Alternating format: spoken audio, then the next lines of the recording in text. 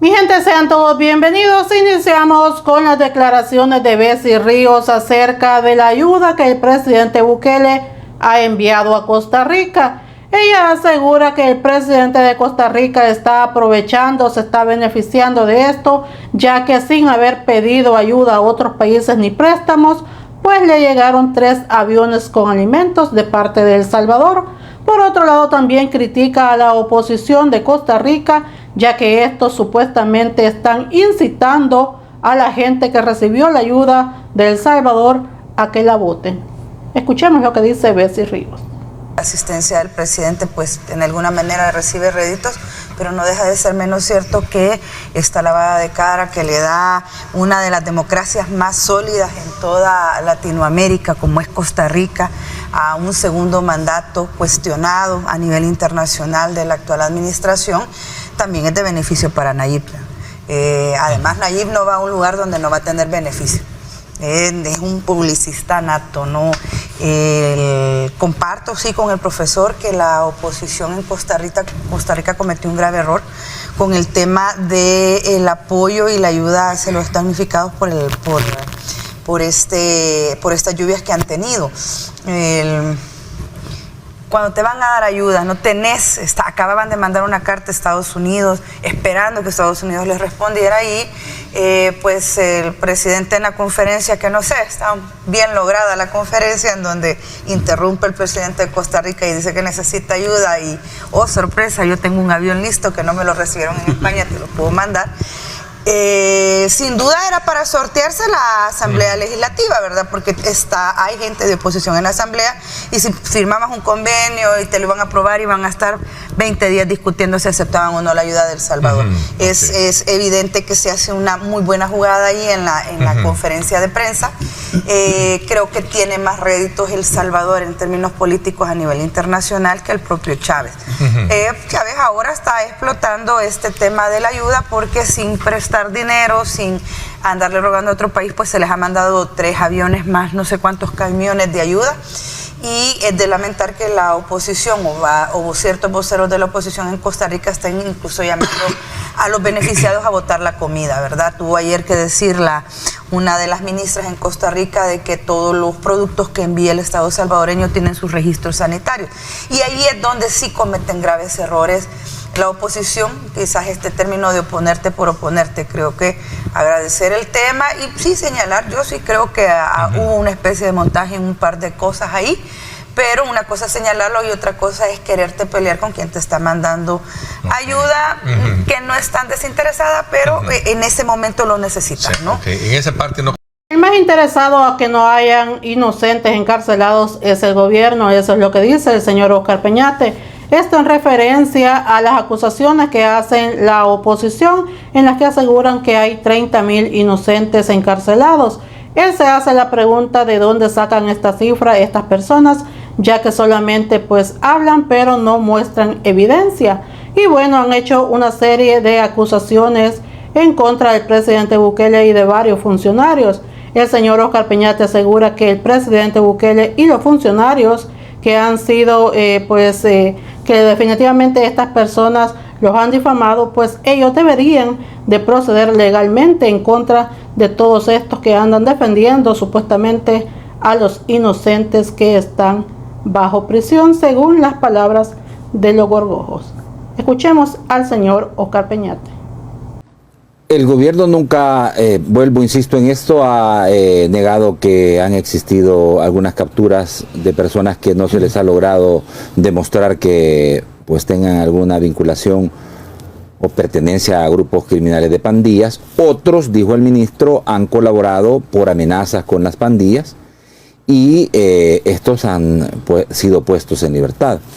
El presidente decía, y evidentemente así es, cuando una persona ya es sometida a un proceso judicial, queda bajo la jurisdicción del Ministerio Público, de la Fiscalía General de la República, quien debe de acusarlo, y pasa a la instancia judicial en la que es el órgano, por su naturaleza, que analiza las pruebas, analiza las evidencias y bueno, toma una decisión de si lo libera o, por contrario, lo continúa procesando bajo la acusación del Ministerio Público. En ese ciclo ya hay unas 8.000 personas liberadas. Claro. Entonces, no es que tampoco, el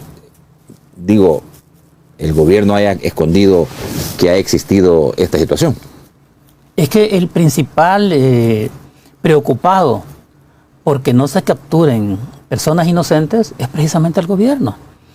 Y el principal institución preocupada porque salgan libres es el gobierno, por la simple razón que si hay capturas de gente inocente, eso va a ser contraproducente. Y entonces se va a disminuir el apoyo. Pero tienen que demostrarlo, como usted muy bien nos ha explicado, ¿no? Tienen que demostrarlo ante el proceso judicial que realmente son inocentes. Porque si no prueban que son inocentes y tienen pruebas que son culpables, obviamente les va a caer el peso de la ley. Porque hay personas que obviamente estuvieron con un grupo de pandilleros, ¿verdad? O sea, estuvieron en el mal momento, en el mal lugar y los capturaron, ¿verdad? Entonces la pregunta es, ¿y si no era pandillero, qué estaba haciendo ahí? Sí. ¿Verdad? Etcétera. O alguien que haya estado de visita, entre comillas, en una casa de destroyer, ¿verdad? Que no, pero el mismo hecho que está ahí es porque está presenciando actos que lo convierten en cómplice. Pero sí se puede dar el caso de que haya capturas, ¿verdad? Que personas que los hayan vinculado y que realmente no lo sean. Pero eso se tiene que demostrar. Por eso muy bien lo dice el señor Nayib Bukele, ¿no? ¿Y cómo es que han llegado a ese dato? Sin proceso. O sea, ¿y de dónde sacan que son 30,000? O sea, si ese es un proceso judicial que tiene varios pasos para demostrar, ellos tienen defensa. Lo mismo hay fiscalía, donde tiene que realmente evidenciar si son culpables o no. 30,000, ese es el cuestionamiento que hace el presidente, de dónde sacan que son 30,000. Y por último, dice el presidente, muéstrenos entonces ustedes la cifra de dónde sacan la cifra que son 30,000, porque nosotros hemos escuchado a todas las organizaciones precisamente con el afán de entender los reclamos que hacen alrededor de este tema. Fíjese que este tipo de difamaciones y otras que son peores y que mejor no vale la pena mencionarlas, fíjese que el presidente Nayib Bukele, como otros funcionarios públicos, realmente no proceden como deben de hacerlo penalmente. Es decir, ¿cómo es posible que se den esas situaciones o esas afirmaciones, verdad? Y aún así dicen que aquí no se respetan los derechos humanos. Mire, yo soy amateur de la historia, ¿no? Y tengo publicaciones sobre eso, precisamente. Y que modestia aparte han sido bestsellers. En 200 años, primera vez en la historia de El Salvador que se respetan los derechos humanos. Ningún gobierno, desde la época de 1821, ¿verdad?, hasta 2019, no se respetaron los derechos humanos aquí en El Salvador. Al contrario, se conculcaron sistemáticamente los derechos humanos. Y ahora que sí se respetan los derechos humanos. Por primera vez en 30 años. No, en 200 años. En 200 años, claro. Perdón. Sí, en 200 años, claro. ¿Usted cree este primer gobierno? No creo, estoy seguro. Por la evidencia histórica. Este es el primer gobierno que respeta los derechos humanos y los protege los derechos humanos. Llevemos esto hasta la evidencia científica. Sí, perfecto. Porque así debe de ser. Es correcto. ¿En qué basa usted la afirmación? Porque precisamente ese es el ¿cómo se llama? Ese es como el caballito de Troya, el caballito de batalla, esa cosa, no caballito de Troya, el caballito de batalla de la oposición para llamar a este gobierno violador de los derechos humanos. Sí, porque este gobierno dejó de ser garantista. En El Salvador hay una serie de violaciones a los derechos humanos, dice el gorgojo de Enrique Anaya, este abogado que también sale pues a defender a todos estos que han sido encarcelados bajo el régimen de excepción, pero nunca lo vimos defendiendo a las víctimas de estos criminales. Otro hipócrita igual que la Nono Ortiz.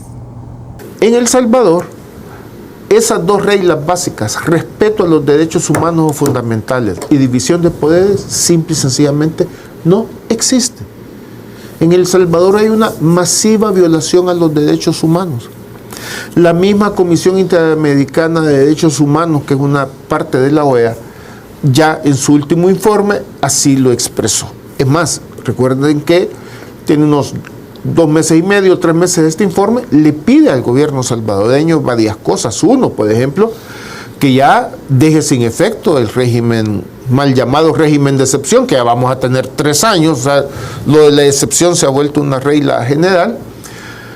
Le pide también pues que investigue todas estas denuncias, precisamente sobre muertes bajo la tutela del Estado, bajo las personas detenidas, que investigue las desapariciones forzadas, que investigue la tardanza en materia penal. O sea, hay varias. En El Salvador hay una violación masiva de los derechos humanos. Y también, que es un tema también que se conoce mundialmente, en El Salvador no hay división de poderes. En El Salvador, lamentablemente, lo que rige es la voluntad, los caprichos, el humor con el que amanezca Bukele. No hay división de poderes. No tenemos asamblea legislativa. Ojalá y el presidente Bukele le tome la palabra al señor Peñate y proceda legalmente en contra de estos gorgojos que lo han andado difamando como han querido. Pero bueno, dejen ustedes sus comentarios, sus opiniones sobre estos temas. Será hasta la próxima.